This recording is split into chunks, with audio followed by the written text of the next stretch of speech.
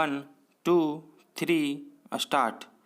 केरल की यात्रा पर गए प्रधानमंत्री नरेंद्र मोदी के इस कथन से शायद ही कोई असहमत हो सके कि जब देश के सभी राज्य तेजी से विकास करेंगे तभी देश उन्नति करेगा। यह अच्छी बात है कि पिछले कुछ समय से विभिन्न राज्य सरकारें विकास के मामले में एक दूसरे से प्रतिस्पर्धा कर रही हैं और अपने यहाँ अधिक से अधिक निवेश लाने और उद्योग धंधों को स्थापित करने पर बल दे रही है। यह सिलसिला कायम रहना चाहिए। इससे अच्छा और कुछ नहीं कि विभिन्न राज्य विकास के मामले में एक दूसरे से होड़ करे, लेकिन इस होड़ को बढ़ावा देने के साथ केंद्र सरकार को यह भी देखना चाहिए कि कोई भी राज्य विकास के मोर्चे पर सुस्ती का शिकार न होने पाए, क्योंकि देश को आर्थिक और सामाजिक रूप से सबल बनाने का लक्ष्य तभी पूरा हो सकता है जब विकास के मामले में पीछे छूट गए राज्य भी तेजी के साथ तरक्की करें।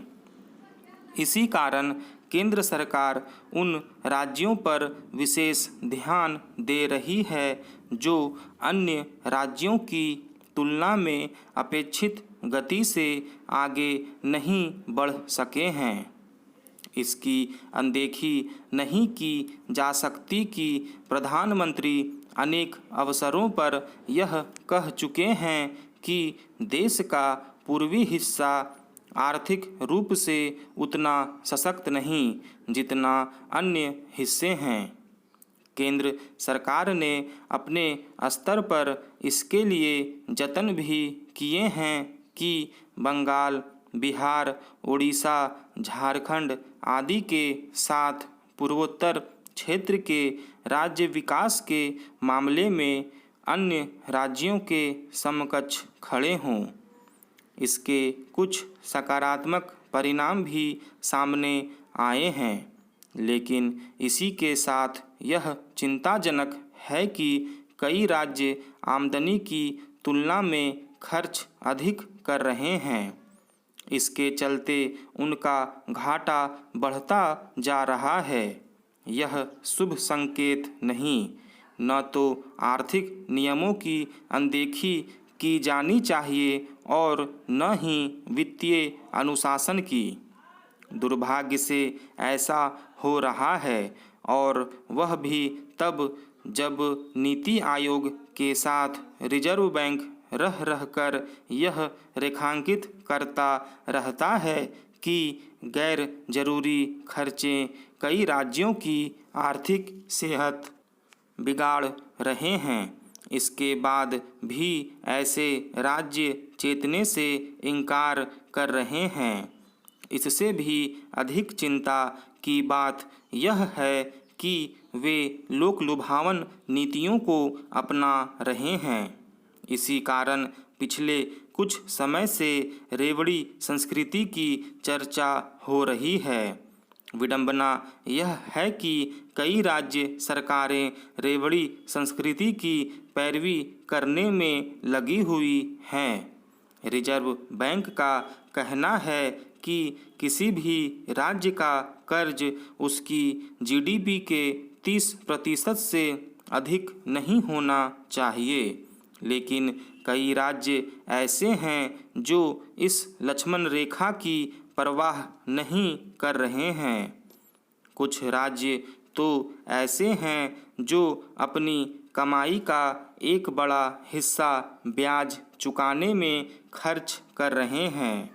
यह और कुछ नहीं आमदनी अठन्नी और खर्चा रुपया वाला कहावत को चरितार्थ करना है। सूडान में जारी गृह युद्ध के बीच हालात जिस कदर बिगड़ते जा रहे हैं उसमें उसके तुरंत खत्म होने के आसार फिलहाल नहीं नज़र आ रहे। इसलिए स्वाभाविक ही सबकी चिंता यह है कि वहाँ की सेना और अर्धसैनिक बलों के बीच भीषण संघर्ष की चपेट में आम नागरिक न आए और दूसरे देशों के नागरिक जिस भी रूप में रह रहे हैं उन्हें वहाँ से सुरक्षित निकाला जाए। यूँ इस टकराव के हिंसक होने के साथ ही भारत ने सावधानी के तौर पर कई दिन पहले से ही अपने नागरिकों के बचाव और उन्हें वहां से सुरक्षित वापस लाने के लिए जरूरी पहल कर दी थी। मगर अब ऑपरेशन कावेरी के तहत अपने जहाज और विमानों के जरिए यहाँ फंसे भारतीय नागरिकों को निकालने का अभियान शुरू कर दिया गया है। केंद्र सरकार ने 3000 से ज़्यादा भारतीयों को सूडान से सुरक्षित निकालने के लिए आकस्मिक योजनाओं की तैयारी के निर्देश दिए हैं। इस बात की ज़रूरत तुरंत इसलिए भी थी कि सूडान में फिलहाल दोनों पक्षों के बीच टकराव जो शक्ल लेता जा रहा है उसमें हालात और बिगड़ने की ही आशंका जताई जा रही है।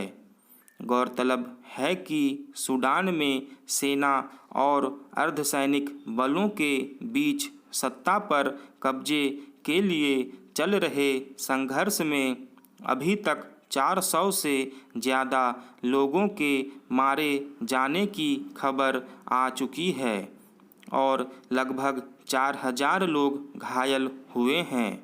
त्रासदी यह है कि इस हिंसा की सबसे बड़ी कीमत बच्चे और महिलाएं चुका रही हैं, जिनकी ज़िंदगी एक तरह से दांव पर है। खुद वहाँ की सरकार का कहना है कि कई जगहों पर स्वास्थ्य सुविधाओं ने काम करना बंद कर दिया है और बाकी के बंद होने का खतरा है। जाहिर है अव्वल तो सीधे संघर्ष में जान गंवाने वाले आम लोगों के अलावा अगर कोई घायल हो गया तो उसके सामने भी खुद को जिंदा बचा पाने की चुनौती खड़ी हो गई है, जबकि चारों ओर बंदूकों और बमों के सीधे हमले के बीच मारे जाने या घायल होने वालों से इतर इस त्रासदी के सदमे और अन्य शारीरिक प्रभावों की जद में आए लोगों के इलाज की सख्त ज़रूरत है। अगर यह लड़ाई लंबी खींची तो ज़्यादा चिंता इस बात की जताई जा रही है कि आम लोगों के पास भोजन और पानी का संकट खड़ा हो जाएगा और सीधे युद्ध के अलावा अन्य प्रभावों की वजह से भी बड़ी तादाद में लोगों की जान जा सकती है। ऐसे में भारत से यहाँ अलग अलग वजहों से गए लोगों की स्थिति क्या हो सकती है इसका अंदाज़ा लगाया जा सकता है। हालांकि इसके अलावा भी कच्चे तेल का आपूर्ति करने और इस तरह ऊर्जा सुरक्षा के क्षेत्र में सूडान से भारत के आर्थिक हित जुड़े हुए हैं, लेकिन भारत के लिए प्राथमिक चुनौती अपने नागरिकों को वहां से सुरक्षित निकालना है। दूसरे कई देशों के अलग अलग हित भी बुरी तरह प्रभावित हो रहे हैं और लोग जोखिम में हैं। सवाल है कि एक देश में जारी गृह युद्ध के बीच आम और निर्दोष लोगों की बड़ी तादाद जिंदगी बचाने की जद्दोजहद से गुजर रही है, तो ऐसे में वैश्विक समुदाय की क्या जिम्मेदारी बनती है। निश्चित रूप से सूडान से बाहर के सभी देशों का यह प्राथमिक कर्तव्य है कि वे अपने नागरिकों को सुरक्षित वहां से निकालें। लेकिन शायद ज़रूरत इस बात की भी है कि संयुक्त राष्ट्र से लेकर अन्य ताकतवर देश तेल, सोना या यूरेनियम की वजह से वहाँ की सत्ता पर कब्जे के लिए जो गृह युद्ध चल रहा है उस पर तत्काल विराम लगाने और किसी समझौते या हल तक पहुँचने का रास्ता तैयार करे। स्टॉप।